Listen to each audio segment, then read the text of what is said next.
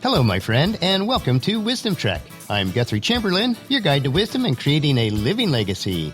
Thank you for joining us for our 3-day per week, 12 Minutes of Wisdom podcast. This is day 371 of our trek, and today is Philosophy Friday. Each Friday, our trek will be philosophical in nature, and this is the second week of our trek that is focused on the cycles and seasons of life. This information is a combination of my own life experiences and learning from one of my virtual mentors, Jim Rohn, as well as many others. We are broadcasting from our studio at the Big House in Marietta, Ohio. During the past month, we have removed and refinished the name and address signs that hung at the entrance of our driveway. They are finally hung back out, and we are very pleased with the result. I am continuing to work on sanding the stairs and the downstairs hallway and foyer. Hopefully, I'll be able to start applying polyurethane to the woodwork and the floors this next week. There's also a small amount of crown molding trim that needs to be finished by our contractors, so hopefully he'll be able to work this into his schedule next week also. Renovations on a large old home are never ending, but we do enjoy the process. This is true of every aspect of our lives. There are different phases and seasons that we go through, but if we live wisely, we will have much to be thankful for, and we can enjoy our journey each day. This does not mean that we will hike on smooth trails every day, but it does mean that we will be prepared for the rocks, the limbs, the washout, and other obstacles that encounter our trek of life each day. If we are adequately prepared, then we will navigate life successfully. It is now time to set out on our trek for today as we continue to consider how our environment affects our circumstances within the cycles and seasons of life. One of the most important aspects of how successful you are in all areas of your life is who and what you allow to influence you, especially what you allow permeating your mind. Sometimes you can accumulate a mixture of people and situations in life which, if not altered in some way, will assure that your future will be just about like your past. That could either be a positive or negative aspect of your future. Moving positively forward within your life does have its price. For each positive gain that you make, automatically produces a loss or sacrifice in some other area of your life.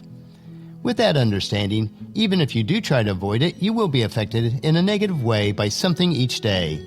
One of the great challenges of life is to have both the wisdom to recognize those sources of negativity and the courage to cast them aside if necessary. None of us would voluntarily drink a glass of deadly poison if we knew what it was. Yet each of us has friends, relatives, and business associates whose effect on us is just as deadly as drinking that glass of poison. The difference is that one form of poison kills instantly. Once consumed, the body recoils, weakens, and then all bodily functions cease. The other poison that we receive from those we associate with kills our hopes, our ambitions, our enthusiasm, and our thirst for achievement. The methods are different, but the ultimate result is the same. There is very little difference between one who has given up his life and one who has given up his hope. There are those who will laugh if you read useful books, and yet there is very little difference between those who cannot read and those who will not read. The result of both is ignorance. There are those who will discourage you when you search for better occupation or focus in your life, and yet it is essential that you find your calling and purpose in life if true happiness is to be found. The interesting point here is to note that a calling and purpose do not have to be some grand and magnificent feat that changes the entire world. It can be seemingly small, insignificant daily faithfulness that will change the life of someone in your world, maybe even your own life. There are those who will frown upon you when you set ambitious goals, and yet without goals there can be no achievement, and without achievement life will continue as it has been. There are those who will gossip about you if you are doing well, and yet there can be no rejoicing among those who are doing poorly. There are those who will whine and cry and try to guilt you if you take another trail in search of a better life, and sometimes you must turn away from those who affect limits us, in spite of the tears and false guilt. There are those who will hate you when you achieve an improved life, and yet there can be little happiness in poverty, nor is there love between those who choose to endure it. One of the disappointments of life is that friends will abandon you when you begin to change your life for a better life, and yet those who remain behind will say, "You have forgotten us now that your life has improved." You must flip this thinking upside down. It is those who accept their mediocrity that choose to remain behind.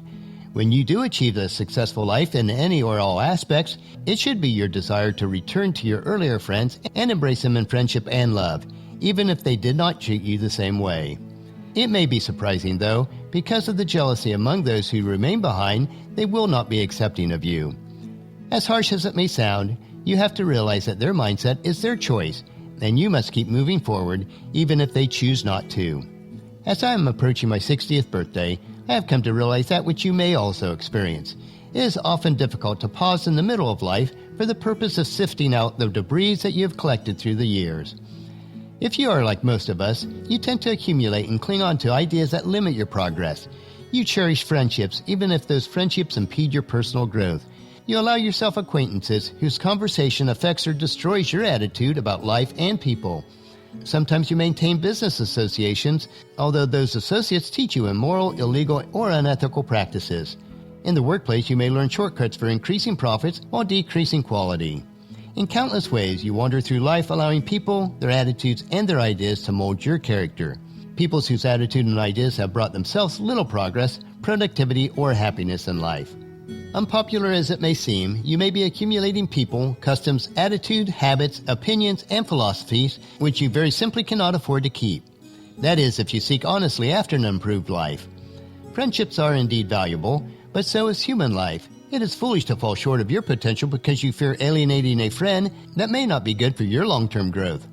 I am in no way encouraging not treating others with kindness and love, but you have to be very careful on how much time you invest in those that are toxic to your life.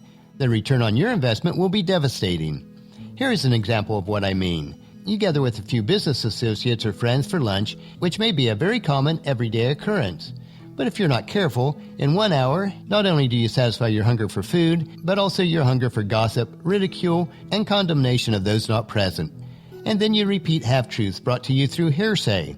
You find yourself complaining about government, politicians, management, co-workers, traffic, taxes, weather, and the system, while doing nothing to produce solutions that will change these situations. Even if those conversations do reveal probable solutions, you make no effort to communicate them with those who can possibly implement them, and you accept things as the way they are. If your attitudes, results, or unhappiness is ever to improve, you must exercise the painful discipline required for weeding out the garden of your life. Eating alone is better than mingling with those whose conversation is negative. Canceling an appointment is better than keeping an appointment with those who will simply waste your time. Changing a conversation is better than a prolonged conversation designed to degrade someone else. Telling the whole painful truth is better than a half-truth distorted to make yourself look or sound good. Saying no is better than saying yes to something that you don't want to do or to someone you don't want to be with. Being firm is better than being courteous to those whose caustic personality does not justify courtesy. The improvement of your personal circumstances means that you must do what those who fail are simply not willing to do. Better than many wrong friends are a few of the right friends. Better than a few of the wrong friends are no friends at all. Be careful on who you allow to influence your life. In the Apostle Paul's letter to the Corinthian church, he wrote in chapter 15, verse 33, "Don't be fooled by those who say such things, for bad company corrupts good character." A better way to design a successful life is to always encourage others, as mentioned in 1 Thessalonians chapter 5, verse 11.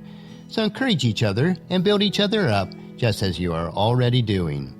On the trail of the cycles and seasons of life today, we have uncovered some basic truths on how easily others can affect our mindset and life direction. Let us not drink their poison any longer, but take the shackles of wrong relations off and to pursue friendships with those that are hiking on the same trail with us, toward a common destination. As we wrap up today, I want to remind you to be faithful to your Proverbs 31-day challenge. For each day of June, read a chapter in Proverbs that corresponds to the day of the month. In less than 5 minutes a day, you can take your daily wisdom supplements, which if repeated each day, will make you healthy, wealthy, and wise. Our next trek will be Motivation Monday, where we will hike the trail to the land where you can achieve anything. So encourage your friends and family to join us, and then come along with us on Monday for another day of Wisdom Trek, Creating a Legacy. That will finish our trek for today. Just as you enjoy your doses of wisdom, we ask you to help us to grow Wisdom Trek by sharing it with your family and friends through email, Facebook, Twitter, or in person, and invite them to come along with us on each trek. If you'd like to listen to any of the past daily treks, they are available at wisdom-trek.com. And don't forget to subscribe to Wisdom Trek on iTunes, Spreaker, Stitcher, SoundCloud, iHeartRadio, or Google Play so that each day's trek will be downloaded to you automatically. The journal for today's trek is available at wisdom-trek.com, and thank you so much for allowing me to be your guide, your mentor, but most importantly, I am your friend, as I serve you through the Wisdom Trek podcast and journal. As we take this trek together, let us always live abundantly, love unconditionally, listen intentionally, learn continuously, lend to others generously, lead with integrity, and leave a living legacy each day. This is Guthrie Chamberlain reminding you to keep moving forward, enjoy your journey, and then create a great day every day. See you on Monday.